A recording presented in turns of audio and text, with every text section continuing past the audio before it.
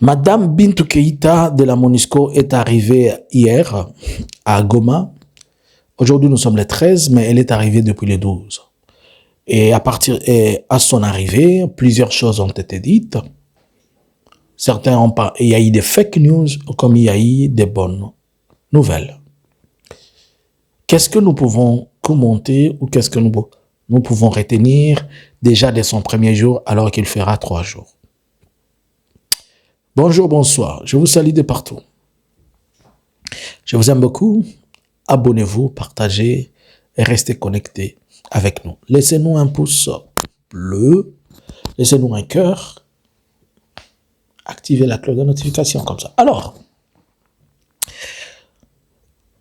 hier, Madame Bintou Keïta, qui n'a pas à confondre avec le nom Nabintou, dont Nabintou, c'est un nom d'ici de Kivu.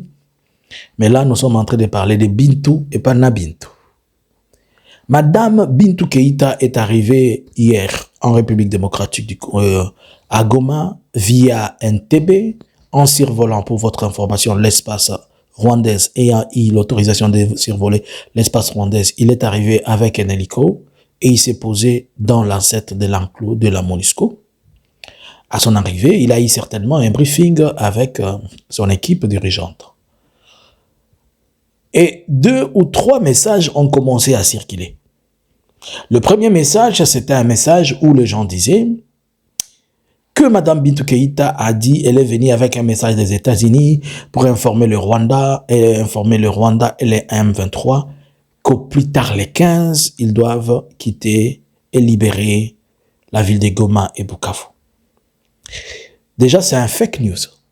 Nous n'avons pas besoin de réfléchir 2 fois.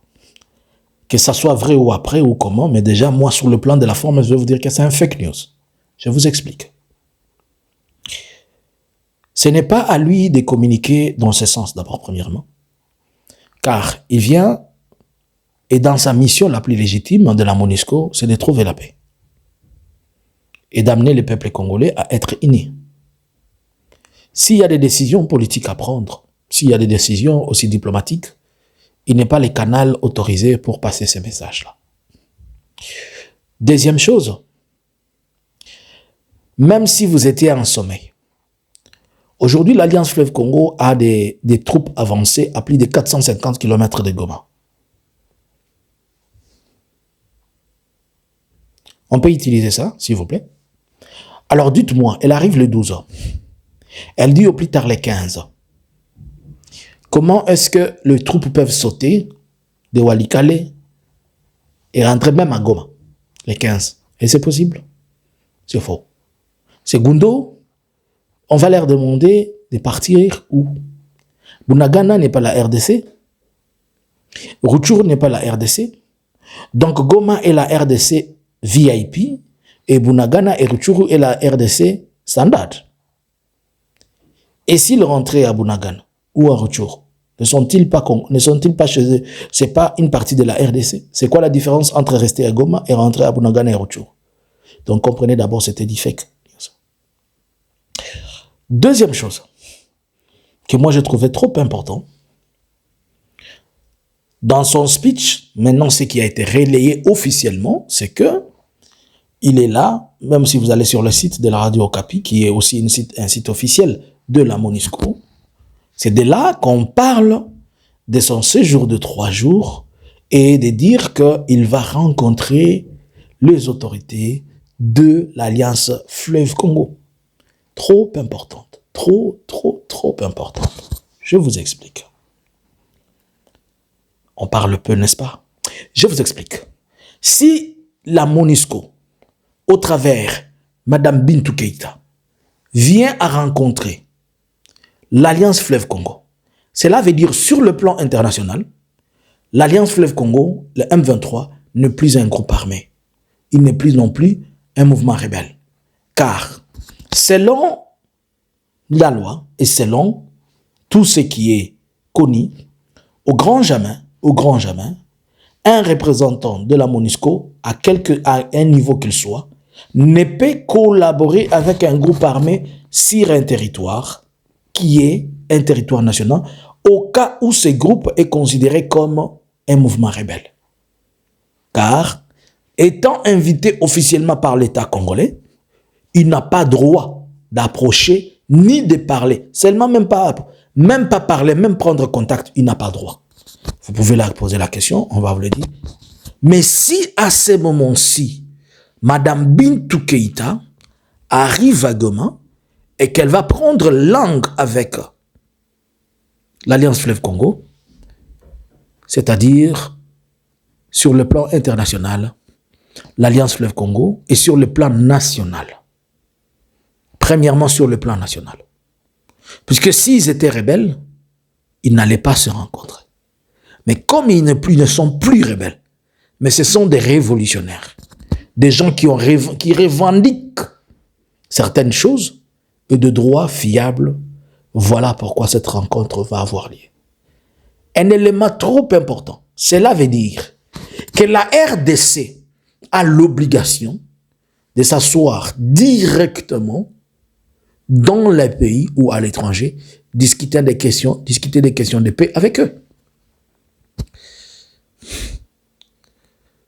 La version de Moussafiri qui veut dire voyageur, qui disait que jamais, jamais vous le verrez s'asseoir à côté de l'Alliance Fleuve Congo, cette version-là, elle est aujourd'hui révolue. Par la même occasion, nous savons aussi que des informations circulent selon lesquelles il est demandé au gouvernement congolais de s'attendre avec le M23 et de signer des accords avec le M23 avant que la signature des États-Unis n'arrive. Est-ce que cela sera fait alors que récemment, ils étaient à Doha et ils sont sortis de Doha sans qu'il y ait un communiqué jusqu'à aujourd'hui? Qu'est-ce qui ne s'est pas bien passé à Doha?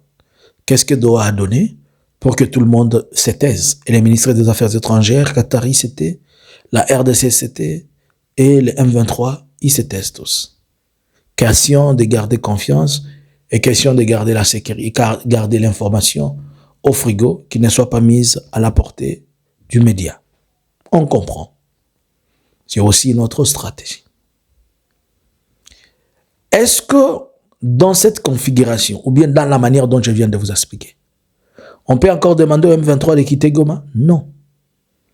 C'est que on est en train de les approcher, et surtout que le mécanisme dit qu'on est en train de les approcher pour permettre de mettre en place des bases fondamentales pour une médiation, pas seulement une médiation, mais pour des prochains cycles de négociations sur la même table avec tous les autres Congolais.